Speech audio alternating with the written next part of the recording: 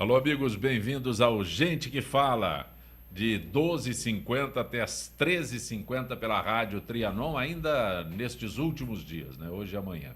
Depois retornaremos ao horário habitual de meio-dia a 1h. Sempre pela Trianon AM 740 aqui em São Paulo, Rádio Universal 810 AM em Santos e também pela AltV, www.altv.com.br. Na AltV, reprise às 18 horas. Para você curtir a nossa página, Facebook/programa Gente que Fala, e você pode participar pelo Twitter, @Gente que Fala AM, ou pelo WhatsApp, é o 11, aqui em São Paulo, 974012235, ou o telefone do ouvinte, como é que é? 50526622. Obrigado, Diego, maravilha. Conosco hoje a médica psiquiatra, meu Deus, de vez em quando a gente enrola aqui. Estamos engasgados. Doutora Sônia Palma, Associação Brasileira do Déficit de Atenção. Prazer tê-la aqui. Obrigada pelo convite. Também conosco, gastroenterologista e cirurgião geral Silvio Gabor, especialista em cirurgia geral e do aparelho digestório, professor da Faculdade de Medicina da Universidade de Santo Amaro. Tá certo quando eu digo digestório? Tá certo, apesar de muita gente falar digestivo. Passei a vida toda falando digestivo. Nós aprendemos. Vai ter que mudar, né? Hoje. Nós aprendemos digestivo, mas mudaram a nomenclatura. Agora é digestório, a forma correta de falar é digestório, mas você tem a minha permissão para falar digestivo, não tem problema nenhum. Muito obrigado pelo convite. É uma honra estar aqui novamente no programa de vocês. Muito feliz pelo convite e estar de volta. Que nem na perna. Eu agora tenho fíbula, não é mais.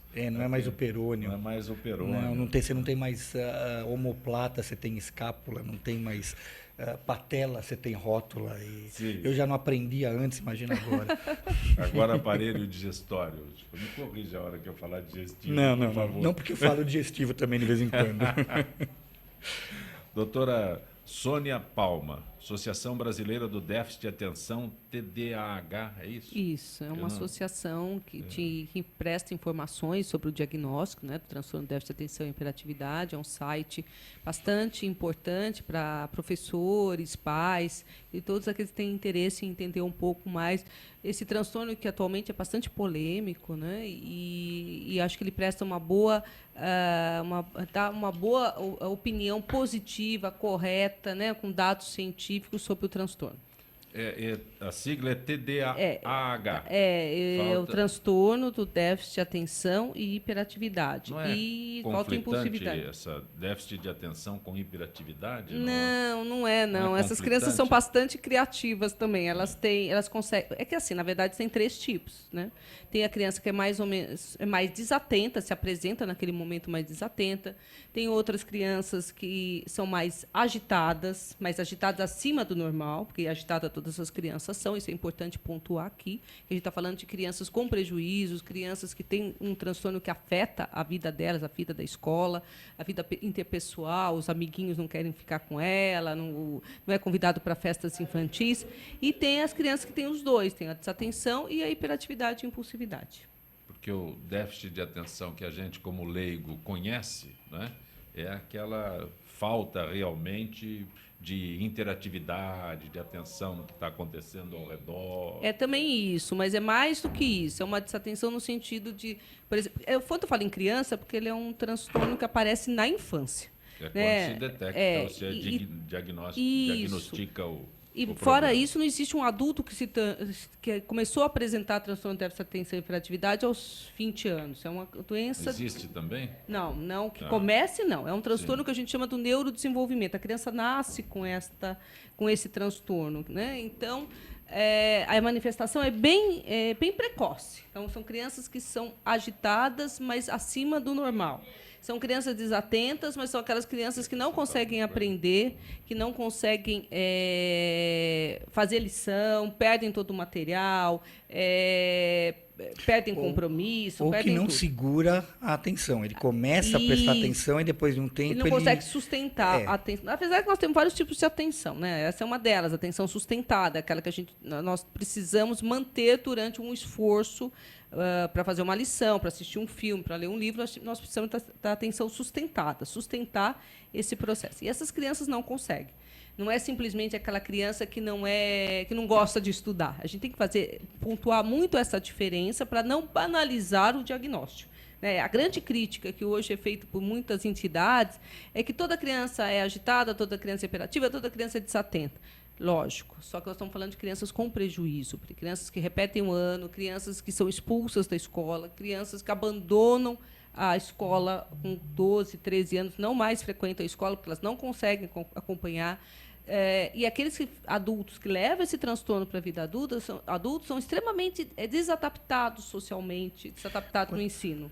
Quanto tempo, se é que existe um valor, um número, se a gente considera normal uma pessoa manter a atenção? Então, por exemplo, eu dou aula na faculdade e falam que mais do que 50 minutos, 1 hora, faz o intervalo porque o pessoal vai dispersar mesmo sendo normal. Existe esse número ou não? Existe um estudo, né? Não vou saber de cabeça agora exatamente os minutos, mas realmente uma aula expositiva ela não pode passar de 20 minutos. A rigor, não, porque ninguém consegue sustentar e aprender, né? Todo o material que é passado. Então, assim, essas aulas de 1 hora, 2 horas, elas não devem ser... não devem ocorrer. Mas a gente não considera isso como um déficit de atenção. Não, mas assim, é o que eu falo sempre, a escola, há anos, ela tem estudos, né, para que as classes, as aulas sejam ministradas dessa maneira, existem estudos para isso. Então, a criança consegue, sim, ficar 50 minutos numa carteira ou 40 minutos numa carteira. Uma coisa mais lúdica, você vai mudando vai mudando o a tema, situação, exatamente, né? Agora, se uma criança não consegue ficar nem 15 minutos sentada na cadeira, levanta, pede para sair, se joga no chão, quer ir ao banheiro de 5 em 5 minutos, quer ir pedir água, atrapalha o professor. São estas crianças, lógico que você tem que fazer um diferencial de uma questão educacional, uma questão outros transtornos que possam haver nessa criança. Mas 3 a 5% dessas crianças preenchem critérios para transtorno do déficit de atenção. Hoje é o Dia do Idoso. O Dia do Idoso celebrado hoje, a Universidade de Chicago divulgou estudo mostrando que sentimento de solidão extrema aumenta em 15% as mortes prematuras dos idosos. O impacto é o dobro da obesidade, por exemplo. A pesquisa é focada na resiliência, definida como o conjunto de fatores que propiciam às pessoas condições para superar problemas e adversidades. Essa resiliência é muito maior em quem tem bom relacionamento social e afetivo. Posso começar com a senhora, doutora? Pode. É importante. Dia do idoso, cada dia é interessante. O Dia do Idoso, acho que no sentido de uma reflexão, né, de como nossa população está envelhecendo bastante, né? Nós éramos um país muito jovem, hoje nós somos um país que começa a ter a questão do envelhecimento, acho que as doenças estão mais controladas, então as pessoas estão envelhecendo até com um pouco mais de saúde e qualidade de vida, então é muito importante esse dia no sentido de refletir. Hoje em dia a gente pode morrer vendendo saúde. Verdade. Tanto que a idade do que se chama idoso vem aumentando, era 50, 55, 60, hoje eu nem sei bem como é que está, né? E essa questão da resiliência, ela se aplica nesse caso, mas também se aplica no caso anterior que eu estava comentando, a questão dos transtornos na infância. As crianças que têm maior capacidade para suportar, por exemplo, os bullying, suportar as adversidades, eles se tornam adultos melhores. E aí, idosos melhores, né? Então, acho que a questão que a gente tem que cuidar da cabecinha das pessoas e desde a infância para que a gente possa comemorar hoje o Dia do Idoso com bastante qualidade de vida e bastante saúde, né? E como diz meu pai, que é um idoso maravilhoso, né? Só tem uma opção para não ficar idoso e ela não é boa. Não é boa. Então é melhor. A opção é péssima. Então é melhor ficar idoso. E as pessoas às vezes esquecem que elas um dia vão ser idosas. Eu acho que ainda falta no Brasil, não sei se culturalmente o quê, mas ainda falta um pouco de respeito ao idoso. E coisa simples, né? Você vai no shopping, vaga de idoso, já você vê um carinha parando, chapéu ao contrário. Só porque o amigo vira para ele, e aí, velho, você tá bem, não quer dizer que ele pode parar na vaga de idoso, né? E acho que falta... não existe de maneira nenhuma. E olha... Consciência de respeitar os direitos, principalmente do idoso. Mas eu acho que está andando muito bem, porque não é em todo lugar que você vê fila especial para idoso. Você sai do Brasil, é raro você ver. Europa, Estados Unidos, não tem.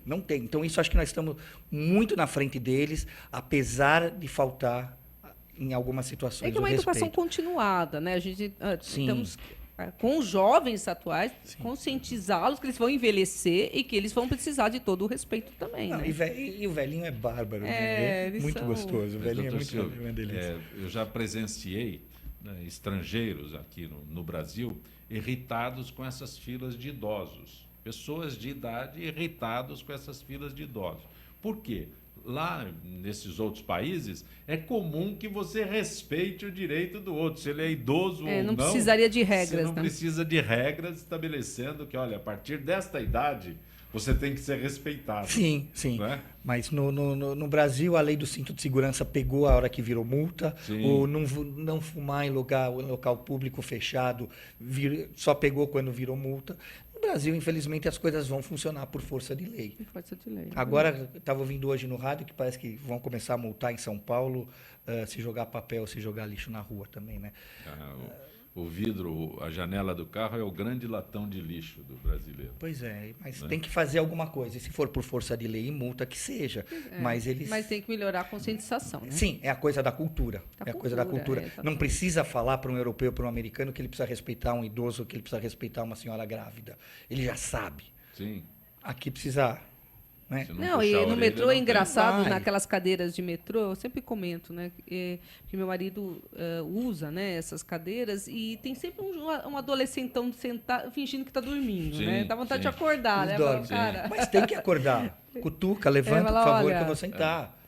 Não dá, né? Aí alguns chegam e falam, você não está na idade de sentar aqui ainda.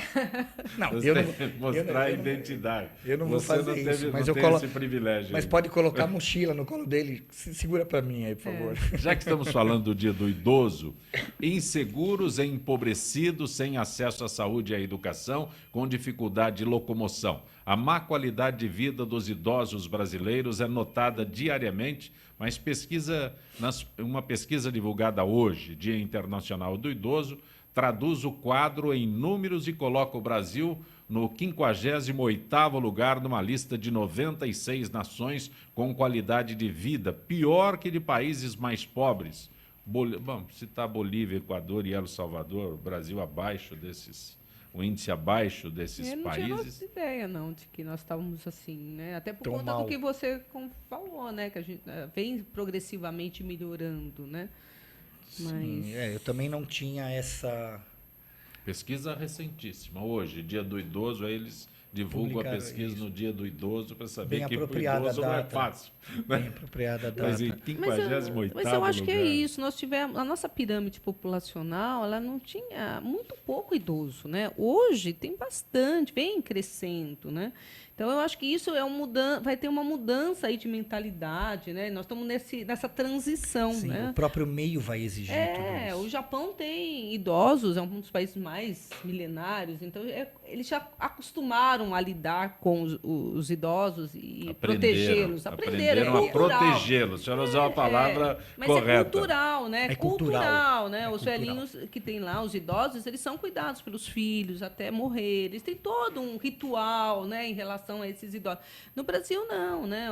Agora que você começa a ver até, por exemplo, casas de repouso para idosos. Não era há 10 anos atrás, não tinham tantas como tem hoje, né? Programas em clubes. Até algum tempo era asilo. Era um nome asilo. Que já afastava todo mundo. Opa, só... Já pôs seu pai no asilo, isso é uma velhofobia, né? Já que a gente está na época das fobias, né? O idosofobia, o antigofobia, não sei, RG amarelofobia, mas é um absurdo, né? Asilo, quer dizer, é um depósito de coisas que a gente não quer. Então, essa concepção agora de casa de repouso também é muito moderna, né? Que é igual a da Europa. Sim. Hoje as casas são moldadas no estilo europeu, americano. Então, eu acho que tem uma mudança, e nós estamos no meio dessa mudança, né? Eu acho que gostaria de ver a estatística do próximo ano para ver se nós melhoramos, né? E era uma ameaça, né? Olha, ele vai colocar o pai no asilo. Hoje vai a uma casa de repouso, já é mais brando o termo, né? Não, mas deve ser vingança, né? Porque falava assim, vou te mandar para o colégio interno. Aí quando você vou te mandar para asilo, alguma espécie de vingança. Mas eu acho interessante também que muitas associações agora têm programação, vôlei adaptado para a terceira idade, passeios para a terceira idade, natação. Isso tem uma qualidade de vida muito boa lá dentro. Pensando isso, né? Bastante na questão do idoso e da qualidade de vida. Eu acho que não teve ainda um impacto que refletisse nessas pesquisas, né? Mas acho que caminhamos para isso, né? É isso aí. Hoje conosco no Gente que Fala, a médica psiquiatra Sônia Palma e o gastroenterologista Dr. Silvio Gabor. Dr. Silvio, tem aqui um texto sobre doença de refluxo. O texto está todo aqui, mas eu gostaria que o senhor explicasse, com detalhes, porque se eu for ler aqui, o senhor vai querer me corrigir tudo que eu vou ler. Não. Não, a doença do refluxo hoje em dia é uma doença atual. É uma doença atual, uma doença bastante comum. A prática clínica do consultório do dia a dia do gastroenterologista é bastante frequente a queixa do paciente com refluxo, né? O refluxo nada mais é do que o ácido do estômago que volta para o esôfago. Tá? Ele não deveria voltar. Existem alguns mecanismos que impedem esse retorno, até por isso chama doença do refluxo. E o esôfago, ele não é um órgão preparado para receber o ácido. A mucosa, aquela camada interna do esôfago, ela não tem a mesma, ela é diferente da do estômago, ela não tem capacidade de se adaptar à presença do ácido. Isso inflama o esôfago.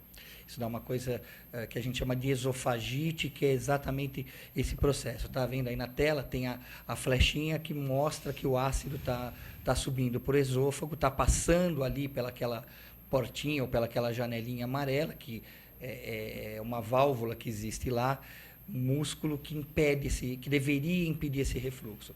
Isso acontece quando essa válvula, por algum motivo, ela deixa de funcionar. A mais comum que a gente encontra é a tal da hérnia de hiato. É o deslocamento do estômago todo para cima, o esôfago puxa o estômago e uma parte do estômago sobe. Isso desloca essa válvula do lugar e essa válvula deixa de funcionar, permitindo o refluxo do ácido. Esse processo inflamatório, ele é evolutivo, ele começa com um processo inflamatório pequeno e vai evoluindo até que chega um momento que essa mucosa ela percebe que ela não adianta ficar mais inflamando, porque ela não vai resolver o problema. Então ela começa a mudar as características dela. Aquelas células da mucosa deixam de ser células de mucosa do esôfago e passam a ser células de mucosa de intestino, células de mucosa de algum outro local. Isso é o que a gente chama de metaplasia e displasia. Enquanto está controlada essa mudança de tipo de célula, ainda dá para a gente segurar. Chega uma hora que ela começa a virar qualquer coisa e perde totalmente o padrão de uma célula normal. E aí está instalado o câncer. E só um detalhe, no refluxo, é cirúrgico o tratamento, tem outras formas? Olha, o que lá a no gente... interior, Funciona aquela vou cama, explicar levantar a cama. exatamente, lá no interior fala assim, ó, levanta a cabeça 5 centímetros, a cabeceira da cama 5 centímetros. Põe um calço, né? A gente põe um calço. Em algumas situações, ele adianta essas medidas, né? O que a gente precisa fazer de uma maneira simples e direta é evitar que esse ácido esteja no esôfago. Então, toda medida que for feita para que esse ácido não suba é válida. Tá? A mais simples, mais corriqueira e que todo mundo usa é o tal do antiácido. Hoje, o mais moderno, aí são uma classe de medicamentos que a gente chama de IBP, que são os inibidores de bomba de prótons. Não vou fazer propaganda de nenhum remédio aí, mas todo mundo conhece vários. Tá? Isso funciona, com certeza, funciona. Tem que funcionar, porque se ele não funcionar, aquele refluxo pode não ser um refluxo. Tá? Tanto que hoje a gente coloca muito claro, isso é uma coisa que está muito bem estabelecida na cabeça do cirurgião, só operar um doente de refluxo quando ele tiver uma resposta positiva ao medicamento.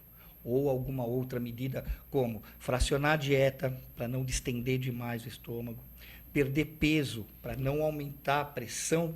Fracionar a dieta é comer menos em mais horas. Mais vezes, a cada 4 horas, comer alguma coisinha. Também não precisa almoçar de 4 em 4 horas, porque senão não vira vai ter uma bola, obesidade, vai né? ter obesidade, eu vou aumenta mudar, a pressão eu vou do mudar estômago, de tem médico, refluxo. que o outro médico diz que é melhor de 3 em 3 horas. O senhor está falando de 4 em 4 horas, já não é um bom médico. É que a nutricionista manda comer de 3 em 3 horas.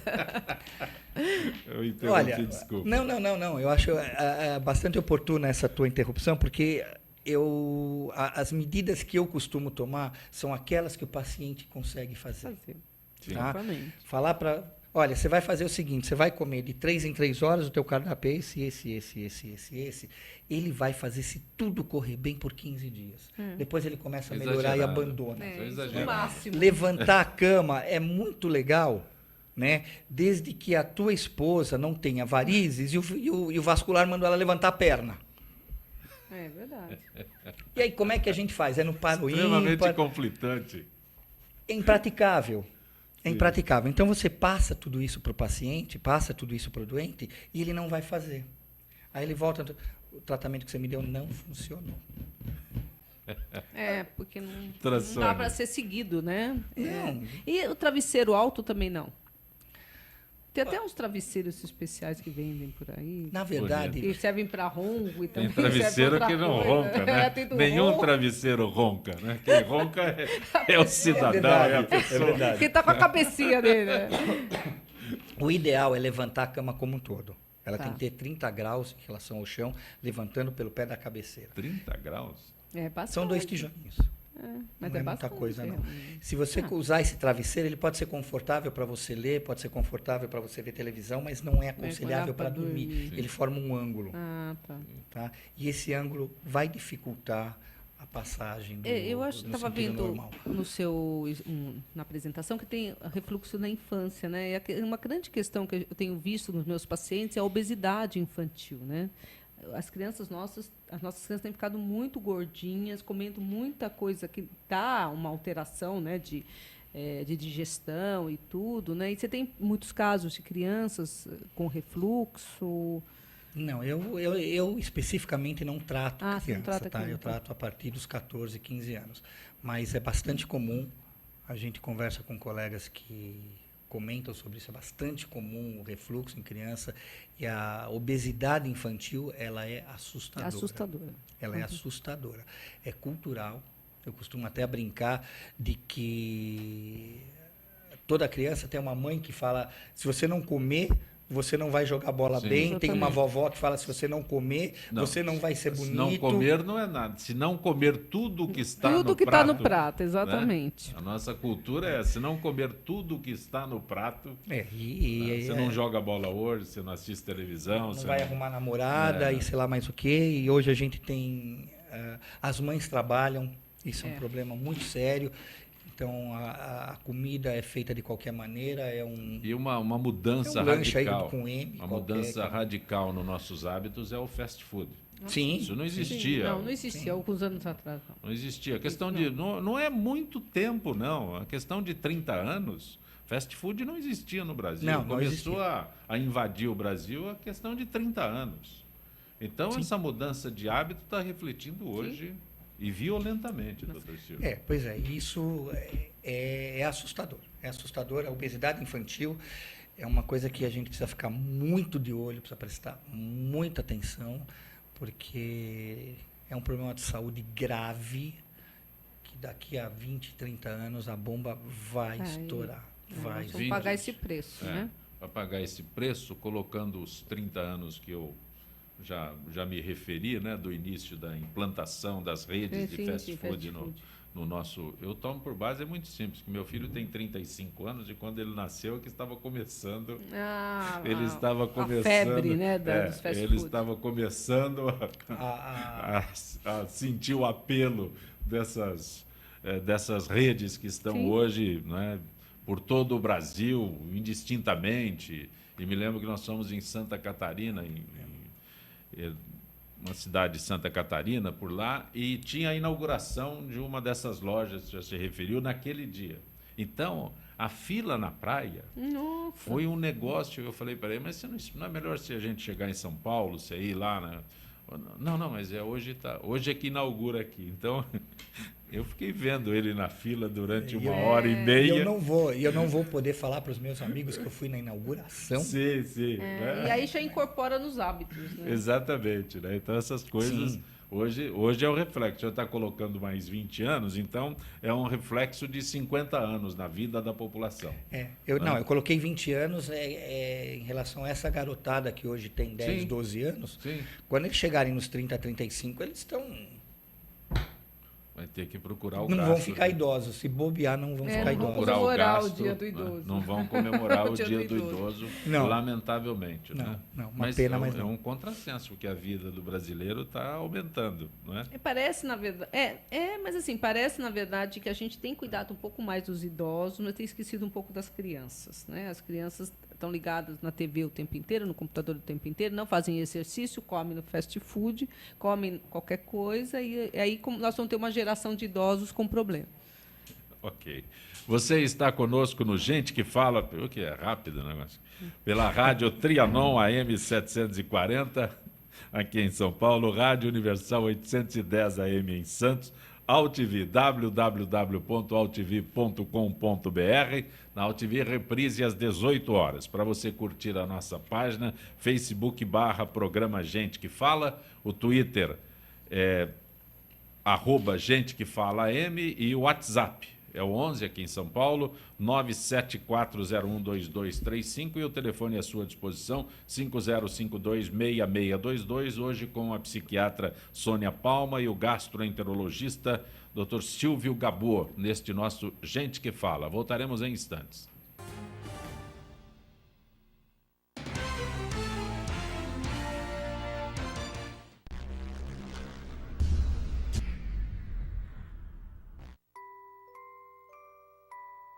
As nossas recordações são os nossos maiores tesouros.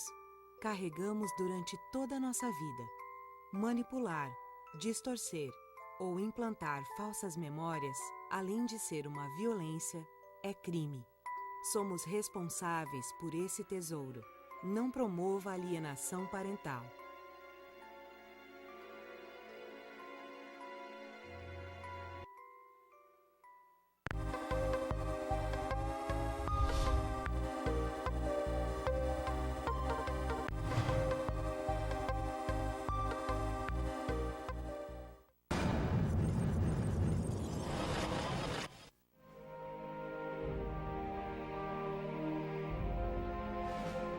O vôlei feminino no Brasil e o vôlei de uma forma geral é um ativo brasileiro, é um motivo de orgulho para o Brasil.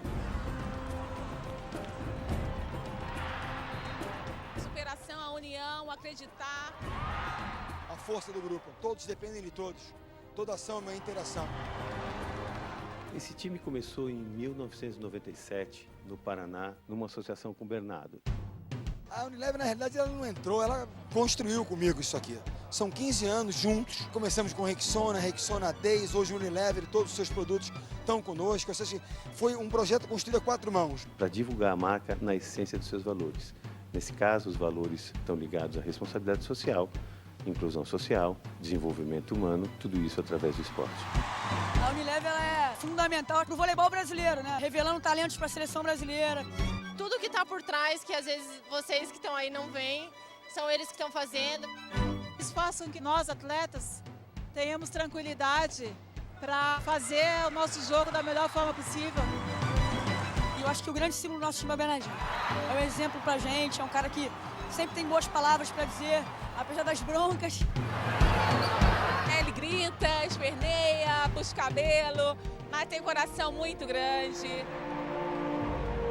A nossa ideia era ter atrelado a equipe de alto rendimento, né, a transmissão de valores e de conhecimento para jovens da periferia, muitos deles que não tinham acesso ao esporte de alto rendimento, não tinham acesso a uma escolinha de qualidade. Para trazer cada vez mais jovens e adolescentes de 7 a 15 anos para fazer parte desse projeto social. O grande diferencial da Unilever em relação ao patrocínio do time de vôlei feminino é o entendimento que esporte é entretenimento, é plataforma de marketing e é um meio de desenvolvimento humano.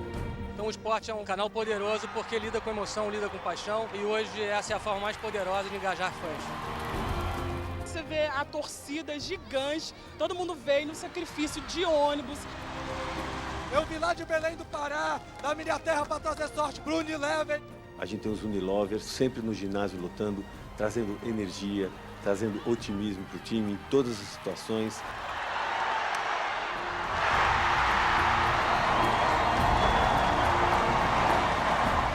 Participar da história do desenvolvimento do vôlei no Brasil, para a gente é um motivo de grande orgulho.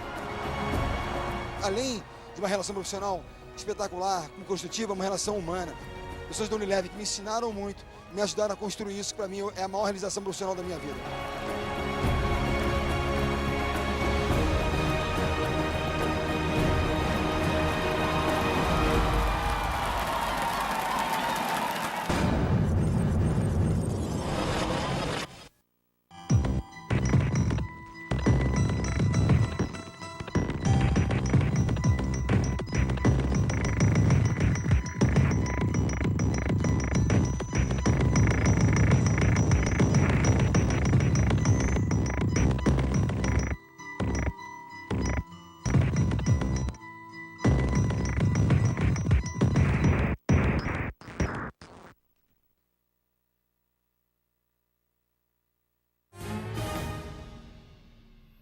Você está acompanhando Gente que Fala pela Rádio Trianon AM 740, aqui em São Paulo, Rádio Universal AM 810 em Santos e AltV, www.altv.com.br, com reapresentação às 18 horas. Para você participar, nossa página no Facebook, Facebook/Programa Gente que Fala, o Twitter, @Gente que Fala AM, o WhatsApp é 11 97401 2235, e o telefone à sua disposição, 5052-6622.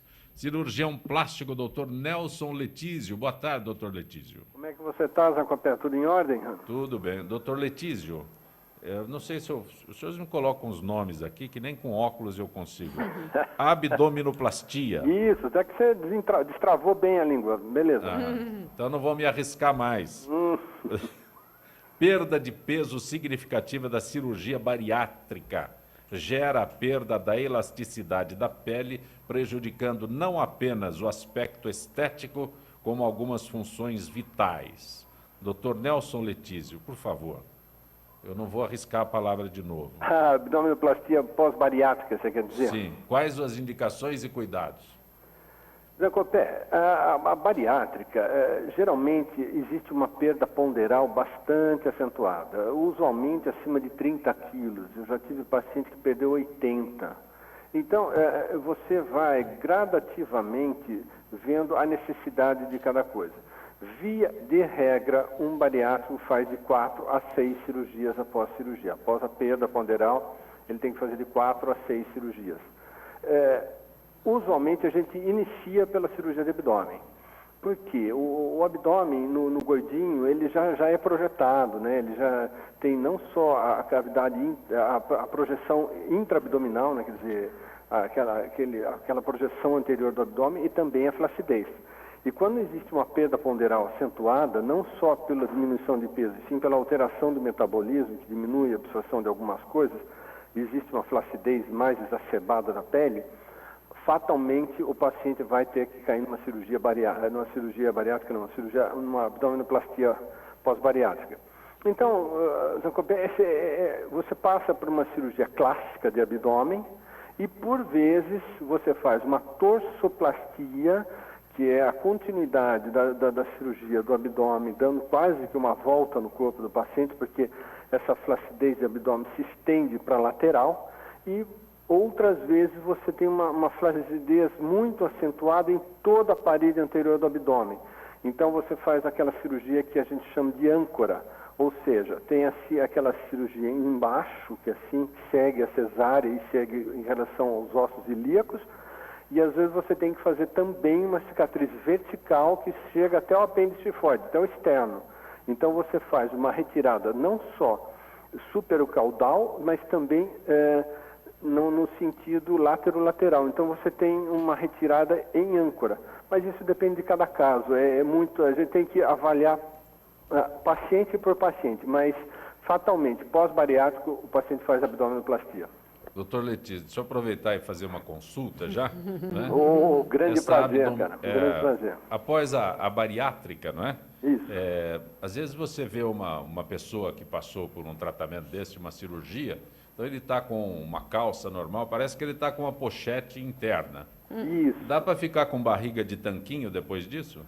Olha, Zé Copé, é meio difícil você falar, porque a barriga de tanquinho é o músculo reto abdominal hipertrofiado, porque ele é feito em estágio, entre aspas, vulgarmente falando, em gomos, entre aspas, assim, Então, quando você hipertrofia uma parte muscular, você tem uma parte tendinosa. O tendão não hipertrofia, então hipertrofia o músculo. Então faz o tanquinho, faz as ondulações do abdômen. Falar para você que você vai pegar um bariátrico e ele vai ficar tanquinho depois, só se o cara malhar muito, aí ele consegue. Doutor Nelson Letício, grato pela tua participação, a tua gentileza mais uma vez em atender o nosso Gente que Fala. Uma boa tarde. Zacopé, muito obrigado, saúde e paz para todos aí, continue com o sucesso que vocês estão fazendo aí, tá? Conosco hoje a doutora Sônia Palma, que é médica psiquiatra, e o doutor Silvio Gabor, que é gastroenterologista. Deixa eu colocar meu adereço aqui, porque senão eu não consigo identificar as... Cícero Duarte de Itapevi. Cícero Duarte, não é bem uma pergunta, é mais um comentário. Quem foi o professor Pardal que teve ideia de criar um boteco dentro do campus da USP? O que acham? Será que é de lá que saem os médicos do país? Diz ele, foi lá que morreu o estudante na raia olímpica. Pensem nisso. Cícero Duarte de Itapevi. Algo a acrescentar? É mais um comentário do que um... Mas é um comentário interessante, porque a maioria das faculdades em torno delas tem muitos bares, né? Muitos. E, realmente, eu, como lido muito com adolescente, adulto jovem, no consultório, eu brinco que eles passam mais tempo nos botecos em volta da faculdade do que dentro da faculdade. Então, eu acho que é uma questão realmente para refletir, né? Essa colocação dela. Jair Gomes de Sapopemba. Se há uma efetiva redução da mortalidade infantil, não seria uma das evidências que a qualidade de vida está melhorando no Brasil? Existe essa redução? Sim, existe. Só que a mortalidade infantil é considerada a morte até o primeiro ano de vida. Isso é mortalidade infantil. O que a gente estava falando agora há pouco sobre obesidade infantil, sobre déficit de atenção, sobre bullying, isso é fora dessa faixa etária considerada como mortalidade infantil. Agora, a diminuição dos índices de mortalidade infantil no Brasil significam, sim, uma melhora nas condições de saúde do país. Maria das Dores, Santa Cruz, do bairro Santa Cruz. As pessoas estão... É próxima aqui a estação, é isso? As pessoas estão envelhecendo rápido porque nas grandes cidades não se consegue viver sem estresse, trânsito, poluição e caos. Como viver bem em São Paulo? Acho que tem algum contrassenso aqui, né? De envelhecer rápido e envelhecer corretamente, né, Maria das Dores? Você está dizendo que o estresse provoca um envelhecimento. Sim, né? mais precoce. Isso é correto, né? Como viver bem em São Paulo? Tem muitas formas de viver bem. Pega o carro, marginal, qualquer estrada que tem e vai... 50 quilômetros, tá bom? Já melhora bastante. Mas tem uma outra questão, que eu acho que as pessoas esperam, às vezes, envelhecer para pensar em como elas vão envelhecer. Eu acho que envelhecer é um processo. As pessoas têm que ficar o tempo inteiro pensando em envelhecer bem, mas tendo uma vida, né, saudável no decorrer dela. Porque a velhice ela é uma consequência dos nossos hábitos. Se nós tivermos hábitos ruins, comemos mal, fomos obesos na juventude, provavelmente o nosso envelhecimento não vai se dar muito bem. Não adianta chegar aos 50 e, de repente, resolver fazer esporte. Né? O esporte é bom, mas seria bom se ele tivesse o hábito de fazer isso. Mas tem um esporte que pode ser feito pelo cara de 50 anos. Pode, mas estou dizendo assim, mas eu estou pensando a velhice como um processo contínuo na vida. Doutora Sônia disse que a pessoa de 50 anos quer ter comportamento de atleta, né? Às vezes acontece, acontece. E aí vai todo mundo parar no ortopedista, né? O que eu entendi que ela quis dizer é diferente você se preparar para a velhice e você se preocupar com a velhice. O cara que se prepara para a velhice é o cara que com 18, 20 anos, que é a minha idade, já está pensando no que vai fazer lá na frente, né? O cara que... Você está com 18 anos, está bem acabado para os 18 anos. Não posso perder, né, doutora Sônia? Vai perder a chance, né? Não. Perde amigo, não perde piada. Pois é, mas esse é porque eu comecei a me preocupar com isso só agora. Não posso perder a oportunidade. Tá perdoado. Doutor Silvio, Wagner, Jardim São Paulo. Se há um quadro familiar de câncer do intestino, de quanto em quanto tempo seria prudente uma colonoscopia? Depende do tipo de câncer de intestino. Existe um tipo de câncer de intestino específico que chama polipose familiar. Na polipose familiar está indicado fazer a colonoscopia uma vez por ano a partir da idade que apareceu o câncer na família pela primeira vez. São jovens, aparece por volta de 18, 20 e poucos anos. Se é um câncer que apareceu no vovozinho com seus 80 e poucos anos, então dificilmente esse câncer precisa de uma atenção tão precoce, tá? Pelo sim, pelo não, o que a gente faz no consultório hoje de maneira prática e efetiva. Uma colonoscopia a cada 2 anos, 2 anos e meio, a não ser que apareça algum pólipo, que apareça um adenoma, que apareça alguma coisa. Nesse paciente, a gente começa a diminuir o intervalo entre as colonoscopias. Para quem tem uma história familiar pobre ou a própria pessoa não tem nenhuma, fez uma colonoscopia aos 40 anos e não apareceu nenhum pólipo nem nada, 3, 4 anos é mais do que suficiente para fazer um acompanhamento seguro. Doutora Sônia, Jaime do Jardim Bonfilhólio, transtorno bipolar em sua fase mais aguda pode levar ao suicídio? Sim, pode. É um dos maiores riscos no transtorno de humor, transtorno bipolar. Transtorno bipolar são aquelas pessoas que têm depressão e exaltação de humor e eles oscilam nessa diferença de humor. O suicídio é o desfecho pior, mais temido e mais frequente, se não tratado, né? Tratado, isso é menor o risco. Esse é um dos termos brandos da atualidade, né? Quando eu tinha a idade do Dr. Silva, a gente fala, esse cara é louco. Era hoje psicose maníaco-depressiva. PMD. Hoje é bipolar, é mais bonitinho ser bipolar. Né? Robson Miguel do Butantã. Doutor Silvio, quais seriam os primeiros sintomas de um possível câncer no aparelho digestivo? Digestório, viu, Robson? Tem que atualizar. Olha, aparelho digestivo, deixa eu usar a fórmula. Qualquer sintoma pode ser sinal de câncer. A gente tem que separar o câncer do esôfago, do estômago, do intestino, do fígado, da vesícula, o câncer do baço, que é muito comum, os linfomas. Cada um deles se apresentam de uma maneira diferente. Então, qualquer sinal de dor, alteração de digestão, alteração na cor, volume, forma das fezes, sangramentos, seja por boca, seja pelo ânus, vai atrás e vê o que é. Por boca também? As pessoas dão pouca importância. As pessoas dão pouca importância. Dão. Muito mais... Não, eu acho que... É que quando a pessoa vomita sangue, realmente, ela dá importância. O problema é quando ela confunde com uma tosse. Sim. Ela acha que ela tossiu e naquela tosse veio um pouquinho de sangue. Foi por causa do esforço da tosse. Esse confunde um pouco. Por isso que eu digo que dão pouca importância a esse sintoma. Mas quando o cara vomita sangue... O senhor explicou melhor. Quando ele vomita sangue, ele vomita sangue. Deu detalhes melhores que as pessoas, né, não dão tanta relevância a esse aspecto. É pior quando sangra na evacuação. Eles dão menos importância porque eles associam isso à hemorroida. Também, né? Ninguém vê. Não, eles associam a hemorroida. É uma hemorroida que eu tenho. Meu pai tem hemorroida, também tem hemorroida. E às vezes não é. E muitas vezes as pessoas que temem esse termo, né, essa doença, já ninguém vê, é mais fácil de esconder, lamentavelmente. Está escondido. Jussara Lemos do Jaçanã. Doutor Silvio, tenho uma sensação de um buraco no estômago, nem sempre estou com fome. Como confundir uma azia isolada com um problema sério? Buraco no estômago? A sensação de buraco no estômago não é bem a sensação de fome, né? É vazio, que normalmente melhora quando a pessoa come, mesmo se ela não estiver com fome. Tá?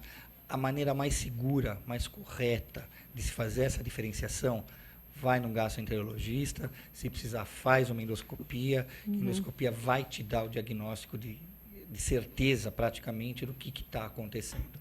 Tá? Não subjugue nenhum sintoma da minha parte gástrico, mas não subjugue nenhum sintoma.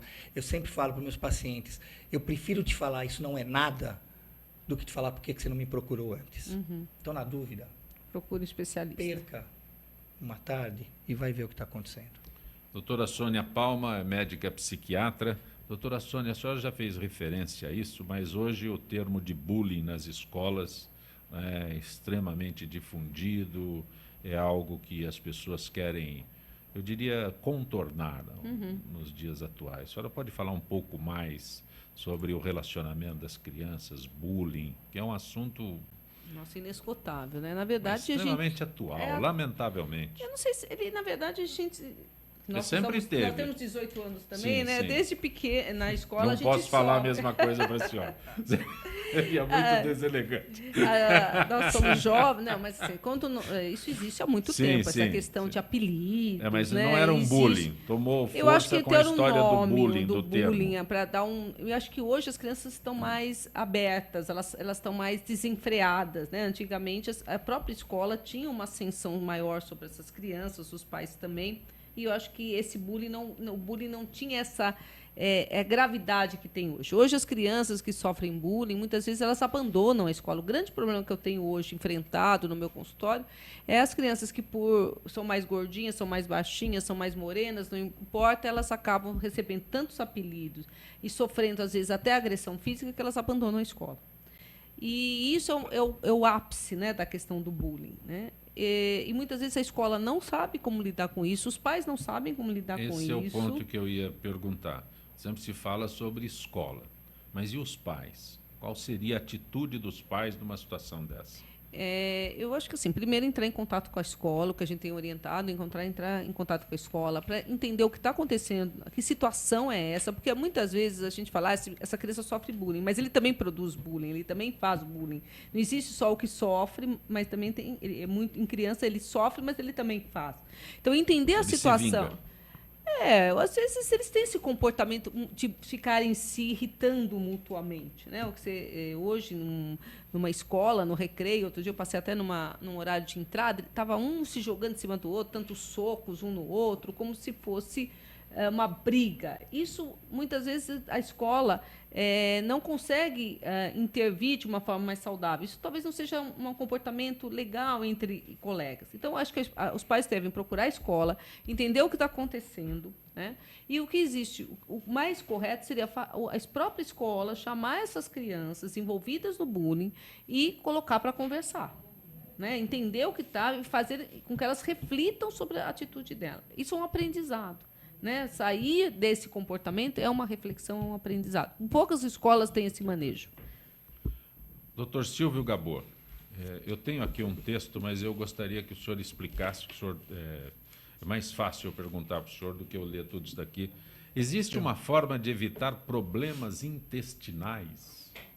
Quais seriam esses problemas que eu posso evitar?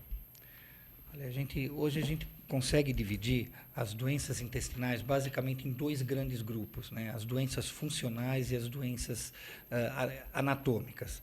As doenças funcionais, que eu acho que é o que a gente pode estar conversando um pouquinho mais, elas são doenças, como o próprio nome diz, do funcionamento. É aquela história do intestino preso, é o cara que vai muito ao banheiro, é o cara que não evacua, é a tal da má digestão, o buraco no estômago pode estar relacionado a doenças funcionais. O aparelho digestório, eu já ia falando digestivo, o aparelho digestivo ou digestório, ele responde muito àquilo que nós ingerimos.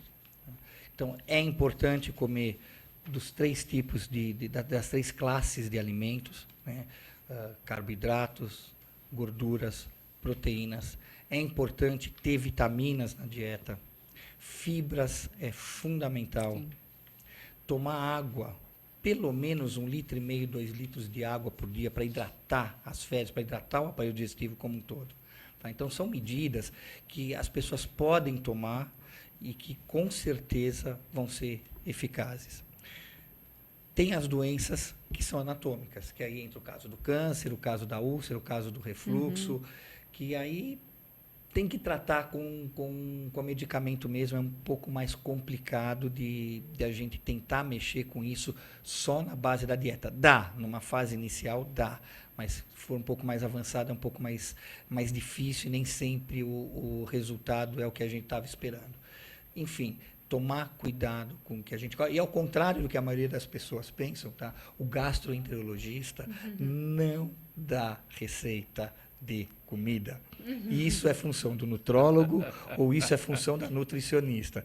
Tá? Não vá ao consultório do gastro perguntando o que eu posso comer, porque o gastro dificilmente sabe, a gente sabe, sim. Né? Óbvio que a gente sabe, mas foge um pouco do foco do gastroenterologista, tá? Mas a gente ajuda no que puder. Algo a complementar? Não, acho que não. Doutor Silvio, com este assunto que nós falamos agora de problemas intestinais, existe algum sintoma aparente que o senhor possa detectar? Porque o senhor falou, né, prisão de ventre, intestino solto, isso não é aparente. Mas aqui a notícia fala sobre acne, fadiga. Né? Existe algum sintoma aparente que seja decorrência do mau funcionamento do aparelho digestório, como eu estou atual? Sim, existem muitos sintomas. Né? Porque às vezes as pessoas não dão importância, por isso essa pergunta. As pessoas, não sei, alguma coisa que possa acontecer que as pessoas não deem importância e de repente... Né? Mas isso... paciente que vem no consultório do gastroenterologista, a gente presta muita atenção nesse tipo de coisa. Eu não sei, chega um paciente que chega lá, eu evacuo uma vez a cada 2 dias. Sempre foi assim? Sempre. É uma situação. Né? Eu evacuo a cada 2 dias. Sempre foi assim? Não, antes eu evacuava todo dia, às vezes até 2 vezes. De 15, 20 dias, 1 mês, 3 meses para cá, eu estou evacuando a cada 3 dias.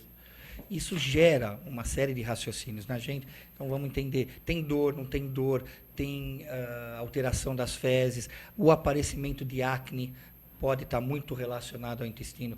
Doenças, hoje se relaciona muito, existe uma intersecção muito grande entre doenças inflamatórias intestinais, por exemplo, retocolite, doença de Crohn, que são as mais conhecidas, com artrite reumatoide, com psoríase. E com depressão também? A pressão... Depressão. A síndrome de colo irritável, com depressão, tem algumas... Tem tudo a ver, né? Na verdade, aí entra a serotonina. Sim. Porque a serotonina, ela atua sobre vários dos nossos aparelhos, inclusive sobre o aparelho digestório. E é muito comum a gente pegar um paciente tratando ou de depressão, ou de ansiedade, ou do que quer que seja, fala assim, mas o meu médico mandou eu tomar esse tipo de remédio. Quando você vai ver, é uma classe de medicamentos que a gente chama dos recaptadores da serotonina. E essa alteração do fluxo da serotonina atua sim sobre o intestino, e a serotonina é responsável. Hoje a gente sabe que a serotonina é a responsável pela síndrome do intestino irritável. Tá. Né? Então, respondendo objetivo e diretamente à tua pergunta, presta atenção em mudanças. Qualquer mudança, seja de deglutição do estômago, de funcionamento do intestino, tá? Qualquer coisa que você esteja percebendo que não era e que agora está tendo, é sinal de que alguma coisa pode estar acontecendo. Doutora Sônia Palma, eu vou aproveitar o finalzinho do programa e pedir que a senhora, de novo, explique sobre os sintomas de TDAH. Né? Por favor. Tá. É um transtorno da infância. Então, as crianças nascem com uma alteração também nós temos na psiquiatria uma alteração de dopamina, que é um neurotransmissor nessas crianças, e que são afetadas por uma desatenção grave, uma hiperatividade grave e uma impulsividade que não é esperado para a faixa etária e para a escolaridade. Isso é muito importante dizer. Então, não é qualquer criança, são aquelas crianças que têm prejuízo escolar, prejuízo nas relações interfamiliares, os pais não conseguem lidar com essas crianças, tem prejuízos até clínicos, são crianças que se machucam muito, necessitam de muitas intervenções médicas. Se machucam como? Que são estabanadas, impulsivas, hiperativas, elas caem de tudo, elas se machucam, quebram o braço. Não é que se ferem, não, que elas produzem caem, elas se ferimentos. batem nos lugares, elas andam de uma forma descoordenada, trombam, quebram muito o braço, se cortam mais porque caem, se machucam no parquinho. Não entra uma história aí de ganho secundário nisso? Não. Então, isso que eu falei, o transtorno bem diagnosticado tem isso. Os americanos conseguem fazer um custo de quanto custa uma criança não tratada com TDAH para os convênios, pelo número de consultas no pronto-socorro, de gesso que colocam, suturas. Então, os americanos têm isso muito bem já calculado, o impacto financeiro de não tratar uma criança, um adolescente com TDAH. Lembrando que o adolescente é a questão de dirigir. Né? Um adolescente hiperativo, impulsivo e desatento, né? Ou dirigindo, eles associam ao álcool. Né? Então, também é uma coisa que a gente quase não fala no Brasil. Nos Estados Unidos também as seguradoras têm um custo. Sabem quanto custa um adolescente desatento para a companhia de seguro, né, por conta de batidas, dirigir, acidentes. Que a senhora fala é veículo, dirigir carros. Dirigir o carro de forma desatenta, que é nesse nível a desatenção. Não é essa desatenção que nós temos de não lembrar o nome que foi falado agora, ou um número de telefone. É uma coisa realmente que leva a um prejuízo importante. Agradeço a doutora Sônia Palma, da Associação Brasileira do Déficit de Atenção, o gastroenterologista Dr. Silvio Gabor, especialista em cirurgia geral e do aparelho digestório. Ele é professor da Faculdade de Medicina da Universidade de Santo Amaro, neste Gente que Fala. Gente que Fala, que tem na direção geral o jornalista Fausto Camunha, a diretora de produção Zenilda Salvato, redação Rayala Brandão. Temos mais ainda com Pedro Schiavon, na pauta José Carlos Sicarelli, produção cultural Ricardo Godoy, na rádio Trianon, Neildo Neres, Cléo Rodrigues Benebenê, na direção da AltV, Alberto Luchetti, na técnica James Eduardo, Iago Matsumoto e Arthur Endler. Final desta edição de Gente que Fala, na sequência Trianon, Marcos Calazans. Boa tarde.